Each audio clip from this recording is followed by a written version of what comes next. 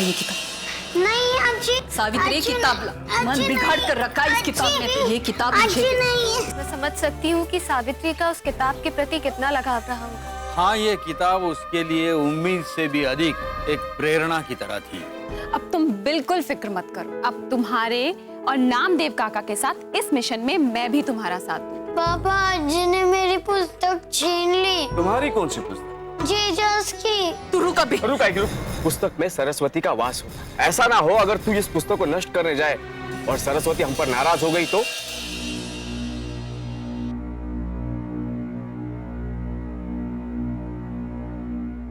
पापा क्यों नहीं आए अब तक?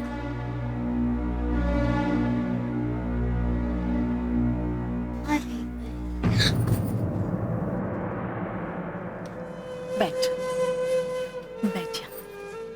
सावित्री, जैसे तू मुझे समझती है वैसे मैं तेरी दुश्मन तो नहीं हूं ना बाड़ा। मैं तो बस इतना चाहती हूँ कि तू मुलगी है तो मुलगी की तरह जिंदगी जीना सीख ले। पूजा अर्चा कर, धर्म कर्म कर। ये पुस्तकें, ये किताबें, ये कुछ नहीं करने वाले हैं तेरी जिंदगी में। बस ये भगवान या ये धर्म कर्म ही या ये स्त्री धर्म ही तुझे काम आने वाला है। मैं आज तेरे भलाई के लिए पंतो जी के पास गई थी तो उन्होंने कहा कि तुझ पर राहु का प्रकोप है और वही तुझे ये धर्म करने से रोक रहा है। एक बार तू खंडोबा जी का व्रत कर, उनकी पूजा शुरू कर, फिर देखना तेरी सारी परेशानियां ऐसे दूर हो जाएगी। आप बस मेरा पुस्तक लौटा दो, फिर मुझे कोई फिक्र नहीं। ये तू नहीं, तेरे अंदर जो राहु है ना वो बोल रहा है। पंतो जी ने एकदम सही कहा था। आज से ही तू पूजा अर्चा शुरू कर, ठीक है? मुझे पूजा करनी नहीं आती। मैं हूं ना, मैं सिखाऊंगी तुम्हें कि पूजा कैसे करते हैं। चल आज से ही खंडोबा की पूजा प्रारंभ करते हैं। चल। अगर मैं आपकी बात मानूंगी तो आप भी मेरी बात मानोगे? मुझे मेरा पुस्तक लौटा दोगे? यहाँ क्या शर खेलने आए हैं हम कि तू ये करेगी तो मैं वो करूंगी? जितना बोल रही हो ना उतना चुपचाप कर। चल मेरे साथ।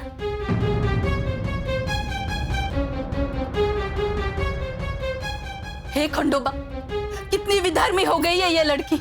देखा तूने, भगवान के नाम से ऐसे भाग रही है जैसे कोई प्रेत भागता है। तुझे ने सही कहा था, वही कुछ उपाय बताएंगे मुझे।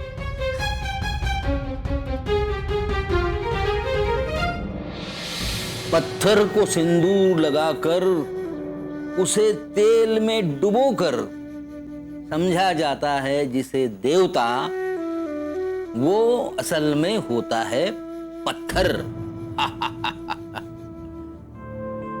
काका? हाँ? काका, ये सागरिका जी हैं। नमस्ते काका। जिसे समझा जाता है देवता, वो असल में होता है पत्थर। काका, काव्या के द्वारा मुझे आपके कार्यों के बारे में पता चला। And I was really very happy जब मुझे पता चला कि आज भी हमारे बीच कोई ऐसा है जो सावित्रीबाई फुले के आदर्शों को जीवित रखे है। बस इसीलिए मैं आपसे मिलने चली आई। अच्छा, हाँ, तो मिल लिया ना अभी?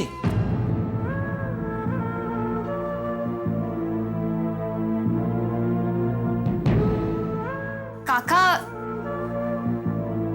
ये सागरिका जी हैं, हमारी न्यूज चैनल की सीईओ। ये सावित्रीबाई फुले विद्यालय खुलवाने में हमारी मदद करने आई। हाँ। अरे तो पहले कहना चाहिए था ना। अरे आइए, बैठिए प्लीज।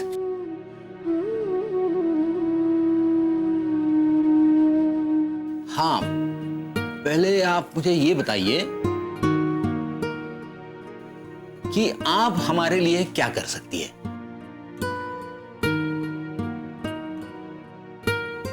नहीं, सबसे पहले ये बताइए कि आप हमारी मदद क्यों करना चाहती है? काका, मैं यहाँ आपकी या काव्या की नहीं बल्कि खुद की मदद करने आई। ये विद्यालय खुलवाना सिर्फ आपका ही नहीं, मेरा भी काम है, बल्कि हम सबका काम है। अच्छा, बहुत खूब।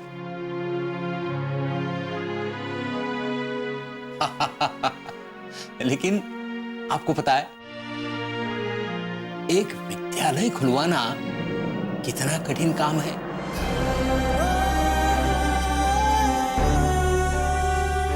पूछो इसे, पिछले 8 सालों से, कितने सालों से? पिछले 8 सालों से गवर्नमेंट ऑफिस के चक्कर काट रहा हूं मैं। एक सिग्नेचर नहीं करवा पाया। हाँ, क्या आप करवा सकती हैं?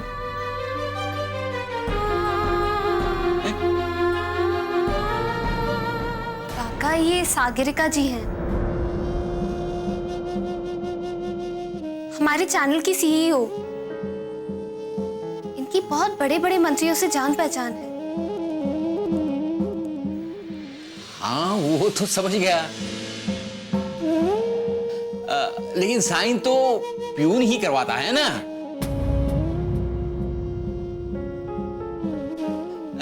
क्या किसी प्यून के साथ भी आपकी जान पहचान है? देखिए काका, उसकी जरूरत नहीं पड़ेगी। मैं सीधे किसी मंत्री के पास जाकर आपके कागजों पर सिग्नेचर करवा दूंगी। एंड आई रियली होप कि इस गांव में सावित्रीबाई फुले विद्यालय जरूर खुले। ओ, वेरी गुड, वेरी गुड। अगर ऐसा हुआ तो मैं आपका बहुत ही आभारी रहूंगा। हाँ काका, ऐसा हो जाएगा, आप बिल्कुल चिंता ना करें।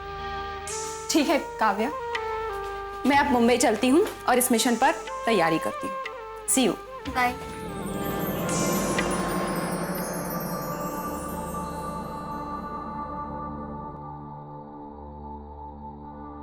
क्या बात है काका, आप अभी भी परेशान हैं? सागरिका जी ने कहा था कि वो मंत्रियों से बात करेंगी।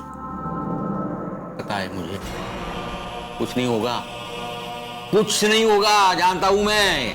ये मिनिस्टर फिनिस्टर कुछ नहीं करेगा। हाँ, सब गोला खाने का काम करेंगे।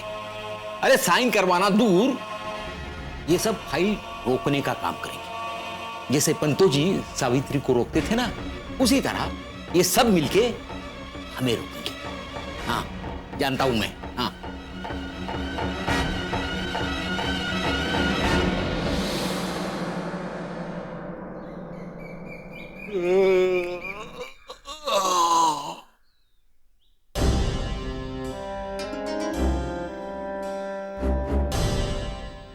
मृत्युंजयाय रुद्राय नीलकंठाय शांभवे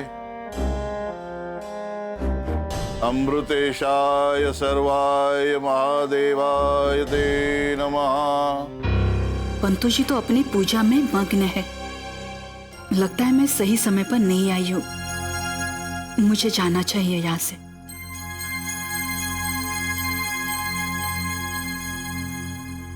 अरे खंडो जी की आई, तुम यहाँ? आप पूजा में मग्न थे ब्राह्मण देव। मुझे लगा कि आप पूजा में समय लेंगे, इसीलिए जा रहे थे। हम पंतो जी है, हमारे पूजा में समय तो लगता ही है। कहो क्या कहना चाहती हो? क्या कहे महाराज, आपने सावित्री के बारे में जो कुछ भी कहा था बिल्कुल सही कहा था। वो मुलकी तो बिल्कुल विधर्मी हो गई है। धर्म में रुचि है ही नहीं उसे। मैंने बहुत कोशिश की कि उसका पूजा पाठ में मन लगे, वो तैयार ही नहीं है। शिव शिव शिव शिव शंभो शंभो शंभो। अब उसका कल्याण नहीं हो सकता, बिल्कुल कल्याण नहीं हो सकता। अभी आप ही हमारे तारणहार हो ब्राह्मण देव। हमारे सावित्री के कल्याण के लिए कुछ तो उपाय कीजिए। शिव शिव शिव शिव। अरे भिनसे बोलकर आओ। हाँ शिव शिव। अरे हमारे सामने एक बहुत गहन समस्या आई। समस्या?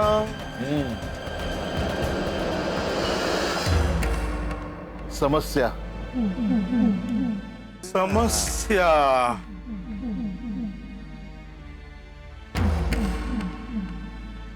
पंतो जी, क्या है वो समस्या? अरे खंडोजी की मुलगी विधर्मी हो गई।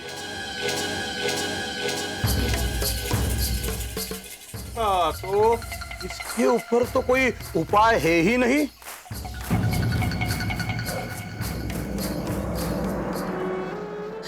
ब्राह्मण देव, आप तो परम ज्ञानी हो, साक्षात देव के प्रतिनिधि हो। खंडोबा ने खुद मुझे कहा था कि मैं आपके पास जाऊं। उन्होंने मुझे संकेत दिया था।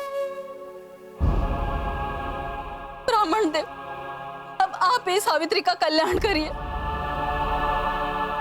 कुछ तो उपाय दीजिए। अब आप कह रही है स्वयं खंडोबा ने आपको संकेत दिया है,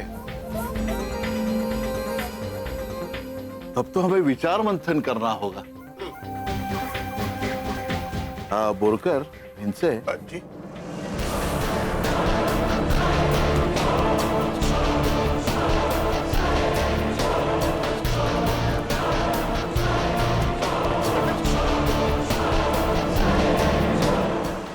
खंडोबा, कृपा करना। ठीक ठीक। काफी सारे विचार मंथन के बाद हम इस निष्कर्ष पे पहुंचे हैं कि गलती सिर्फ सावित्री की नहीं है, उसके पिता की भी है। पिता के कर्मों का साया बच्चों पर पड़ता है। लेकिन उसके पिता को प्रधानी से मोह छूटे तब तो वो धर्म कर्म करेगा ना। शिव शिव शिव। और इसीलिए सावित्री धर्म से दूर होती जा रही है।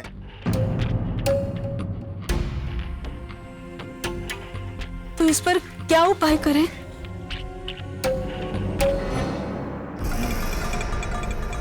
अब हमारे धर्म की महानता तो देखिए। अगर आप धर्म के पास नहीं आते तो धर्म आपके पास आएगा।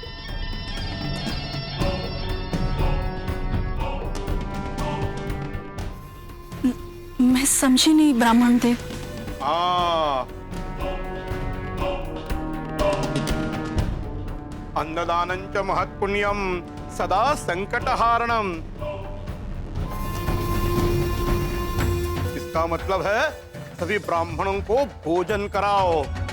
तुम्हारे आंगन में ब्राह्मण का जूटन पड़ेगा तो तुम्हारी बेटी का, तुम्हारे परिवार का कल्याण ही होगा। और तुम्हारे आंगन में धर्म की स्थापना होगी।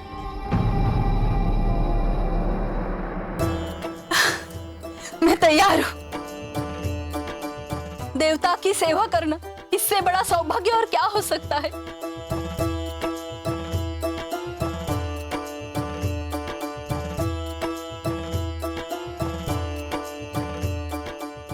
मैं सावित्री के कल्याण के लिए ब्रह्म भोज करवाऊंगी, जरूर करूंगी। लेकिन ध्यान रहे, ये शुभ कार्य जितने जल्दी हो उतना सावित्री के लिए अच्छा होगा।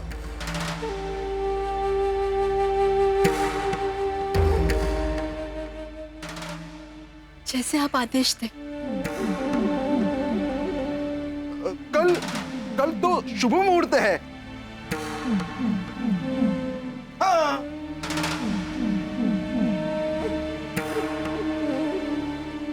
जैसे आपकी आज्ञा। मैं ब्रह्मभोज की तैयारी करती हूँ। ठीक है।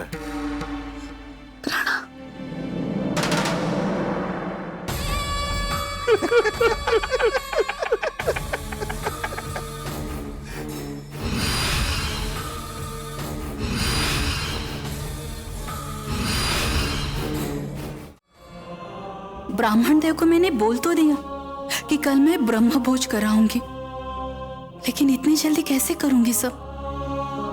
मैं भी घर जाके खंडो जी से बात करती हूँ। हाँ,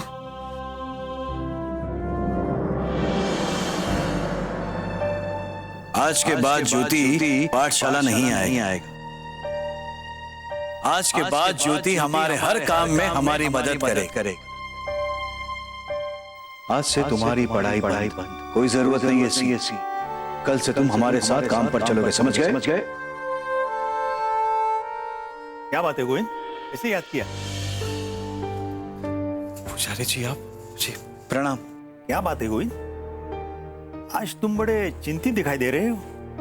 जी पुजारी जी, क्योंकि चिंता का ही विषय है। क्यों, क्या हुआ? दरअसल बात यह है कि ज्योति की पढ़ाई छुड़वाकर मैंने अनुचित कार्य किया है। पर तुम्हें ऐसा क्यों लग रहा है? मुझे ऐसा इसलिए लग रहा है कि मैंने ज्योति की पढ़ाई तो छुड़वा दी, लेकिन ज्योति गलत रास्ते पर चल निकला है। रात विरात वो आता है, कहाँ जाता है, किससे मिलता है, मुझे कुछ समझ में नहीं आता। सगुणा से भी वो ठीक तरह से बात नहीं करता। मुझे उसकी बहुत चिंता हो रही है पुजारी जी। मुझे ये समझ में नहीं आ रहा है कि मैं क्या करूं। इसमें सोचने की क्या बात है? हर बिगड़े घोड़े की एक ही दवा है, शादी। शादी? हाँ, तुम उसकी शादी करा दो, अपने आप सुधर जाएगा। अरे इस शादी से तो बड़े बड़े ढीठ सुधर गए हैं। और फिर ज्योति तो अभी बच्चा है। पुजारी जी आपकी बात बिल्कुल सही है। एक बार ज्योति की शादी हो जाएगी तो उस पर जिम्मेदारी आ जाएगी, और जिम्मेदारी आ जाएगी तो उसकी अक्ल भी ठिकाने पर आ जाएगी। प्रणाम पुजारी जी। प्रणाम।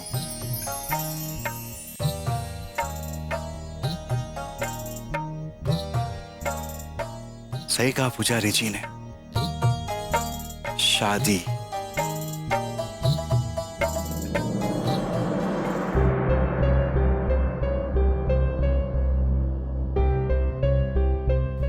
लेकिन ज्योति इस बात से बहुत परेशान है।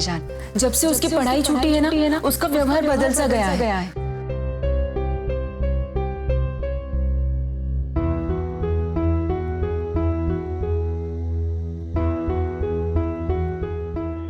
क्या हुआ चाचा? शगुना, मैं तुम्हारा इंतजार कर रहा था। बेटा जरा गड़बड़ हो गई है। क्या हुआ चाचा? मैं लेजर साहब के घर से ही आ रहा हूँ, मिलने गया था, अचानक उन्हें कहीं बाहर जाना पड़ गया। अरे देवा, अब क्या होगा? क्या आने का इंतजार करते हैं? कब आएंगे वो? यही तो तय नहीं है। चाचा, अगर हमने अभी गोविंद भाऊ से बात नहीं की ना, तो शायद बहुत देर हो जाएगी। मेरा वहां अकेले जाना ठीक नहीं होगा ना? चाचा, दो से भले एक। मैं जानती हूँ कि गोविंद भाऊ आपकी बात कभी नहीं टालेंगे। बस आप खुदा का नाम लेकर चलिए। अगर खुदा की यही मर्जी है तो यही सही।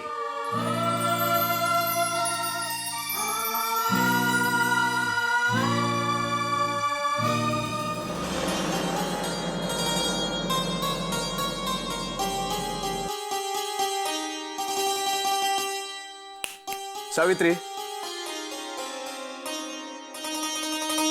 बाबा, आपको मेरी पुस्तक मिली? लाओ, मुझे दो। अच्छा, तो तुम अब तक उस पुस्तक के लिए परेशान हो? बाबा, आपने मेरी शपथ ली थी कि आप मेरी पुस्तक मुझे लौटा दोगे। हाँ, मैंने ली थी तुम्हारी शपथ। फिर मैंने सोचा न मुझे पुस्तक पढ़ने आती है ना तुम्हें, उस पुस्तक का हम क्या करें? उसका कोई फायदा है हमें? बोलो, है कोई फायदा? बाबा, फूल ना फल देता है ना अन्न, तो भी लोग उसे अपने आंगन में क्यों लगाते हैं? बोलो, उसका फायदा क्या है? फूल बहुत खूबसूरत होता है, उसे देखने में अच्छा लगता है, और हाँ, उसकी सुगंध बहुत अच्छी होती है, मन प्रसन्न होता है। वैसे ही मेरी पुस्तक से मुझे बहुत अच्छी खुशबू आती थी, वो भी मुझे बहुत अच्छी लगती थी। अच्छा। और आप कहते उसका फायदा क्या है? अच्छा, मुझे नहीं पता था कि तुम्हें पुस्तक फूल की तरह लगती है। रहने दीजिए बाबा, अब मुझे उस पुस्तक के बारे में भी बात नहीं करनी है और आपसे भी बात नहीं करनी है। अगर मैं तुम्हें तुम्हारी पुस्तक ला दूं, तब भी क्या तुम मुझसे बात नहीं करोगी? आप कैसे लाओगे? अच्छी ने वो पुस्तक कहीं छुपा दी है, इसीलिए आपको वो पुस्तक कैसे मिलेगी? तुम अपने बाबा को नहीं जानती? बाबा में बहुत शक्ति है, जादू करके तुम्हारी पुस्तक ला दूंगा। जाने दीजिए, आपको जादू नहीं आती, और अगर आप जानते थे जादू करने को, तो आप मेरी पुस्तक कब की लौटा चुके होते।